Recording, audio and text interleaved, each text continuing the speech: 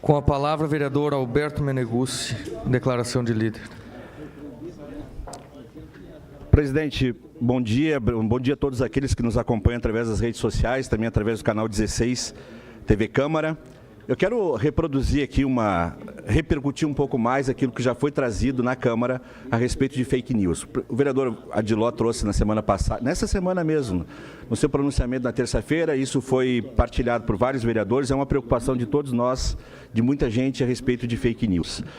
As eleições americanas, elas já traziam esse alerta, quer dizer, o presidente Trump foi eleito muito em função da utilização de fake news. Isso está sendo investigado ainda por lá, ficou comprovado que robôs de fora dos Estados Unidos disparavam notícias fake news para uma série de eleitores americanos. Esse alerta por organismos internacionais foi feito para o Brasil desde aquela época e mesmo que o país tenha sido alertado a respeito disso, que aconteceu nas eleições americanas, havia sempre uma antecipação, vai acontecer isso nas eleições do Brasil, vai acontecer isso nas eleições do Brasil, mesmo assim nós tivemos um processo eleitoral com uma enxurrada de fake news. E eu entendo que essa enxurrada de fake news, ela define sim, não só em nível federal, mas também em nível estadual, em eleições de legislativos, ela define sim um processo eleitoral. Infelizmente, a Justiça Eleitoral, a Justiça Federal, a Polícia Federal, elas não têm condições de fazer as devidas investigações a respeito de fake news. É só a gente acompanhar o noticiário para ver de quantas denúncias de crime eleitoral foram feitas, de quantos fake news. Eu vi uma professora aí sendo indiciada, chamada na Polícia Federal, não se cita o nome de quem passou esse fake news, um outro cidadão lá em São Paulo. Quer dizer, por menos disso, algumas pessoas, inclusive, são colocadas em notícias de jornais, às vezes por supostamente tem acontecido isso, supostamente tem acontecido aquilo, e as pessoas são citadas em notícias da área policial, da área da justiça, e acabam levando a sua vida toda, tendo uma série de complicações, inclusive com a vida pessoal, com supostas ilações judiciais. Agora, alguém que repassa uma fake news, alguém que repassa é chamado e o nome é guardado em sigilo, é uma ou outra notícia de uma ação mais contundente da Justiça Eleitoral e da Polícia Federal. Então, a Justiça Eleitoral não tem condições, não vai ter condições de fazer uma investigação mais apurada dessa enxurrada de fake news que a eleição desse ano teve. E que define sim um processo eleitoral, Quem acompanha os grandes portais de jornalismo, Portal da Folha, Estadão, Globo, enfim, Gaúcha ZH, vai ver que metade desses portais são notícias, as notícias que não são fakes, e metade desses portais são notícias, os portais estão usando para desmentir as fakes. Quer dizer, o jornalismo hoje, o jornalista hoje, ele trabalha em turno triplo, né? Quer dizer, ele tem que fazer o trabalho de desmentir notícias mentirosas. Tem sido cada vez mais difícil fazer o jornalismo, cada vez mais difícil fazer a comunicação, porque além de nós estarmos na área de comunicação, porque a minha formação é jornalismo, é área de comunicação, ter perdido vagas de emprego, cada vez termos menos espaço na mídia, cada vez temos menos vagas de emprego, ainda nós estamos, à própria sorte, jogados para tentar desmentir os veículos de comunicação, tem que redobrar agora para tentar desmentir informações falsas. E eu alerto, 2020 vai ser pior, a vereadora Adiló falou isso e eu concordo plenamente, em 2020 vai ser pior, e entendo que a Justiça Eleitoral, aqui em Caxias do Sul nós temos mais de 300 mil eleitores, é o segundo maior colégio eleitoral do estado e um dos maiores do país. A Justiça Eleitoral, o cartório eleitoral, ele faz um esforço muito grande para um processo eleitoral dar tudo certo, mas tem condições mínimas estruturais para fazer esse trabalho. mínimas, estruturais para fazer esse trabalho. E se não, desde agora, não começar a pensar uma forma de coibir fake news e essas informações mentirosas, e todas essas informações que vêm no processo eleitoral, nós teremos em 2020, em todo o país, mas eu falo especificamente aqui em Caxias, um festival, uma outra enxurrada de fake news que pode definir, inclusive, um processo eleitoral. Então, já deixo esse desafio para a Justiça Eleitoral, para o cartório eleitoral, para os juízes eleitorais aqui de Caxias do Sul, para já que comece um processo de alfabetização midiática, de que a gente comece um trabalho muito forte de punição e de investigar de forma séria quem repassa esse tipo de informação falsa. E quero dizer também que as denúncias que foram trazidas em nível federal de milhões de reais investidos em empresas, inclusive empresários que teriam feito essa doação, comprando o disparo de mensagens via WhatsApp para prejudicar esse ou aquele candidato, isso deve ser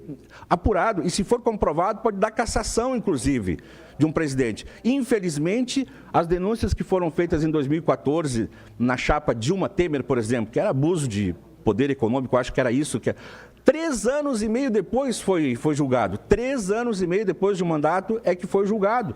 Então, essas denúncias contra o presidente Bolsonaro, contra a campanha dele, que disparou, segundo as investigações, milhões de mensagens via WhatsApp para prejudicar um outro candidato, elas vão ser investigadas sabe-se lá quando, né? Sabe-se lá quando, porque a Justiça não tem condições, não consegue apurar isso de forma rápida.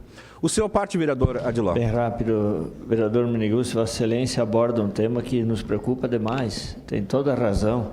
E eu acredito que nós deveríamos fazer uma moção aqui para o novo presidente da Câmara e do Senado, recomendando esta preocupação dos vereadores. Por que não? Caxias, afinal de contas, é um grande colégio eleitoral.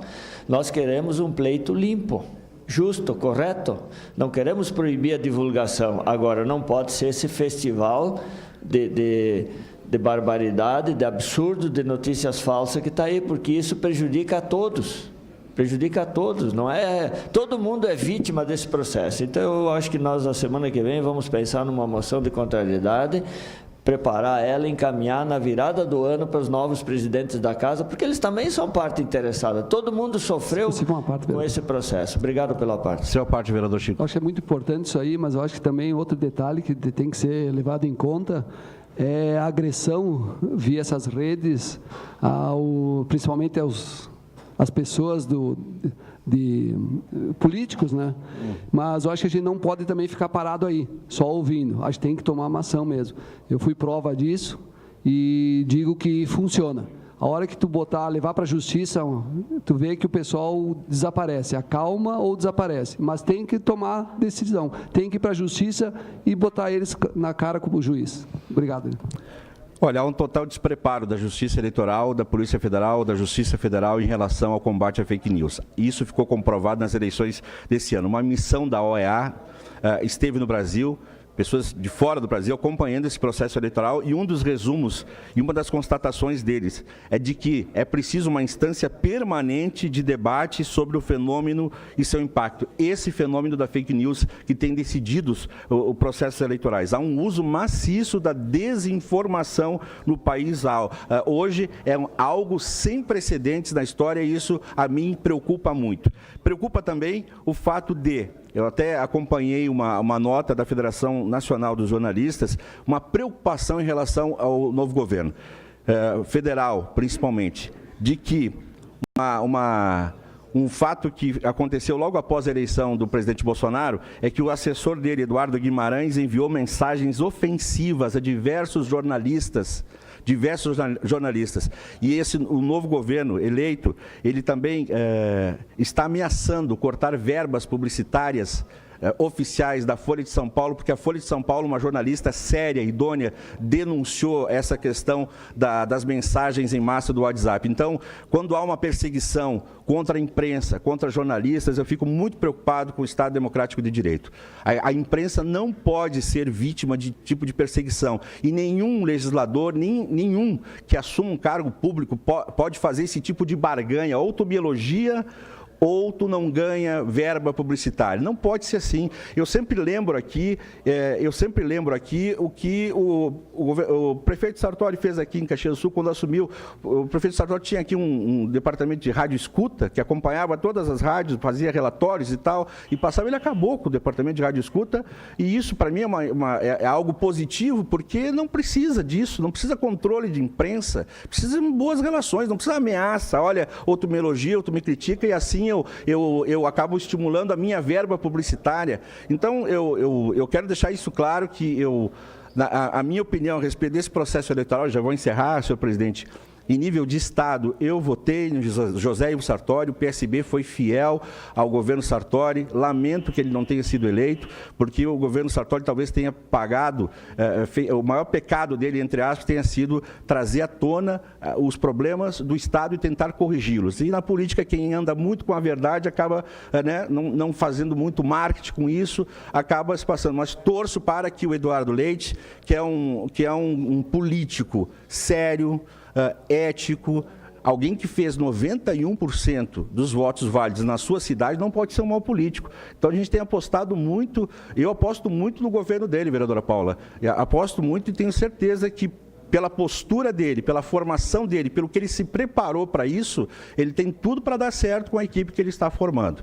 E em nível federal, olha, foi a eleição mais difícil, já encerro, senhor presidente, para mim, porque a minha formação humana, a minha formação política, a minha formação de comunicação, ela chegou num ponto em quem eu voto em nível federal. Em quem eu voto para nível federal.